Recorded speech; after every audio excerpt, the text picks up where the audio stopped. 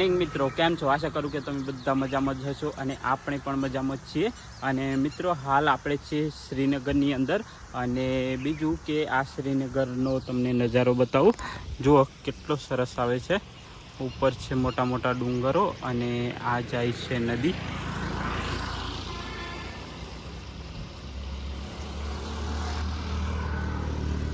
અને અને આપણી એક્ટિવા પણ તૈયાર છે. અને જો બીજું કે આપણે થોડા આગળ જશું, લગભગ 7-8 કિલોમીટરના અંતરે ધારી દેવી ટેમ્પલ આવે છે. તો આ ટેમ્પલના આપણે દર્શન કરીશું અને ત્યાર પછી આગળ વધીશું. આપણે થોડા આગળ આવી ગયા છીએ અને ચા પીવાની હજી બાકી છે, તો ચા પી લઈએ. અને ચાય પી લઈએ ફટાફટ.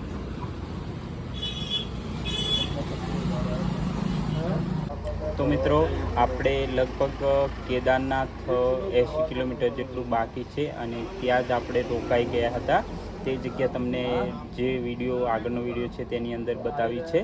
અને ઉત્તરાખંડની જે ખૂબસૂરતી વિશે, મતલબ નેચરલ વાતાવરણ અને બીજું કંઈ પ્રાકૃતિક સૌંદર્ય ખૂબ જ વધારે છે. નદીઓ જોવા મળે છે, ડુંગરો જોવા મળે છે અને એવું લાગે કે આપણે ચોમાસું છે એવું જ વાતાવરણ હોય. મતલબ આપણે ત્યાં ઉનાળો આવે તો વાતાવરણ ચેન્જ થઈ જાય, શિયાળાની અંદર ચેન્જ થઈ જાય, પરંતુ અહીં આપણને અત્યારે તમે જો આવો ને તો અહીં તમને ચોમાસા જેવું ફિલિંગ થાય. અને બિસ્કિટ અને ચા નાસ્તો કરી અને આપણે પછી ધારાદેવી ટેમ્પલ છે ત્યાં જઈ રહ્યા છીએ. તો વિડીયો એન્ડ સુધી જરૂર જોજો.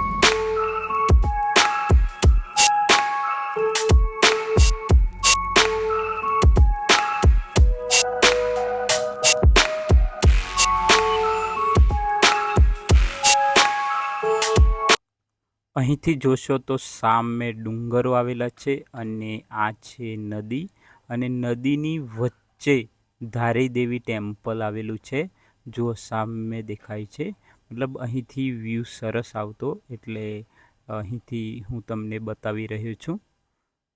તો ચાલો હવે આપણે નજીક જઈશું. અહીં થોડો ગાડી પાર્કિંગ કરવાનો પ્રશ્ન છે, એટલે આપણે પોલીસ સ્ટેશનની આગળ પાર્કિંગ કરી અને ધારીદેવી માતાના દર્શન કરવા માટે આગળ વધી રહ્યા છીએ. અને બીજું કે અહીં મંદિર છે તે નદીની અંદર આવેલું છે, મતલબ વચ્ચે આવેલું છે. જ્યારે પણ ભાવિ ભક્તો કેદારનાથ, બદ્રીનાથ જતા હોય ત્યારે માં ધારીદેવીના દર્શન કરીને જ આગળ વધે છે. કારણ કે માં ધારીદેવી એ ઉત્તરાખંડની કુળદેવી તરીકે પણ ઓળખાય છે અને સાથે સાથે ચારધામ યાત્રાની રક્ષા કરવાવાળી દેવી તરીકે પણ ઓળખાય છે. નીચે જવું પડે છે, એટલે કે મંદિર નીચે છે, નદીની વચ્ચે આવેલું છે. તો જોવાલાયક છે, તો વિડીયો એન્ડ સુધી જરૂર જોજો.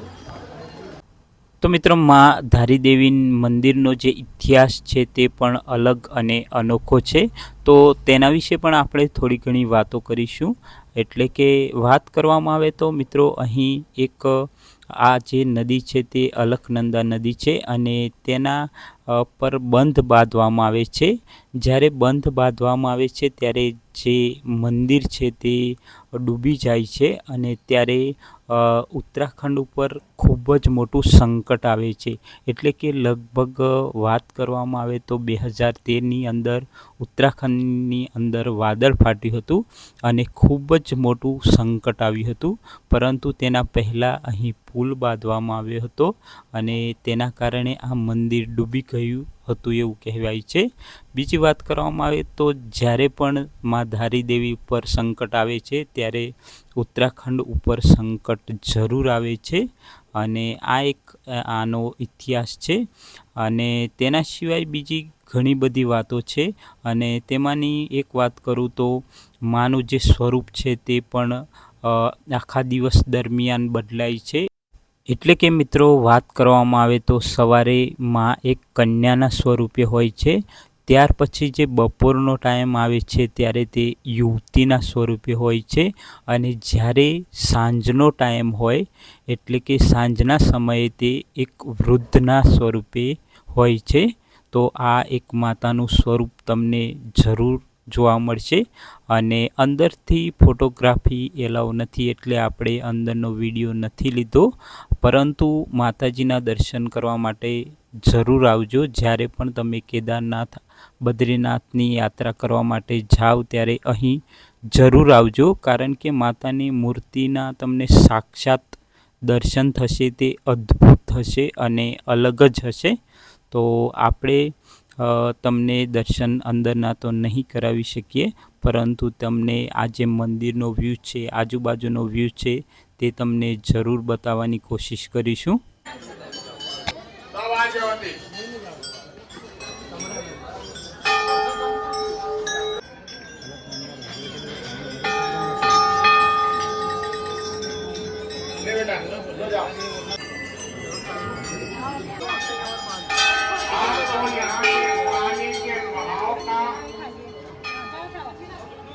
जानकारी नहीं है, नदियों की गहराई की जानकारी नहीं है, क्योंकि ये चारों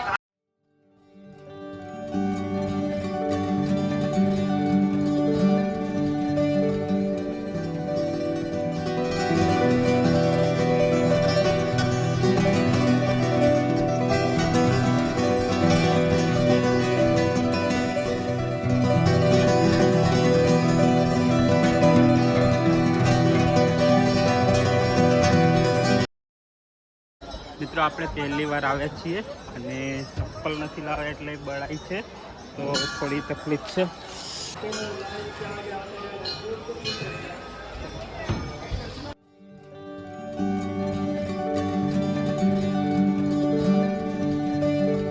તો મિત્રો ફાઇનલી આપણે ઉત્તરાખંડની કુળદેવી એટલે કે ધારી દેવીના દર્શન કરી લીધા છે અને હવે ધીરે ધીરે આગળ વધીશું. તો કન્ટિન્યુ જર્ની જોતા રહેજો.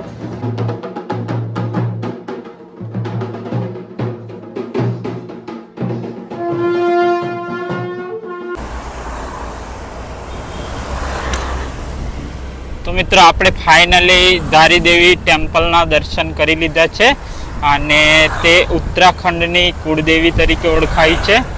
અને તો આપણે હવે ધીરે ધીરે આગળ વધીશું કેદારનાથ તરફ. અને કેદારનાથ લગભગ અહીંથી 75 કિલોમીટરની આજુબાજુ હશે મારા ખ્યાલ પ્રમાણે.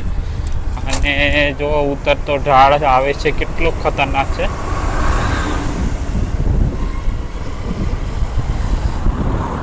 અને જ્યારે પણ તમે ઉત્તરાખંડની અંદર ટ્રાવેલિંગ કરો તો ખાસ ધ્યાન રાખજો, ઉતાવળ બિલકુલ નહીં કરવી અને શાંતિથી ટ્રાવેલિંગ કરવું જોઈએ.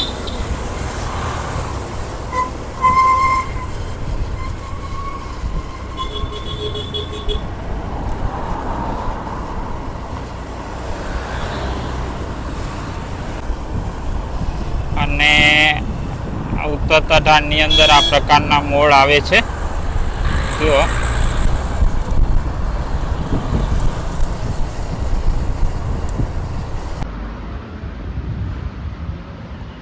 તો મિત્રો અહીં રોટલી છે અને આ ડુંગળી અને મિક્સ સલાડ છે. બીજું કે આ રીંગણનું શાક લાગે છે લગભગ, અને બીજું અલગ અલગ છે. રસ્તો છે અને રસ્તાની સામે આવેલી છે સુંદર સિટી.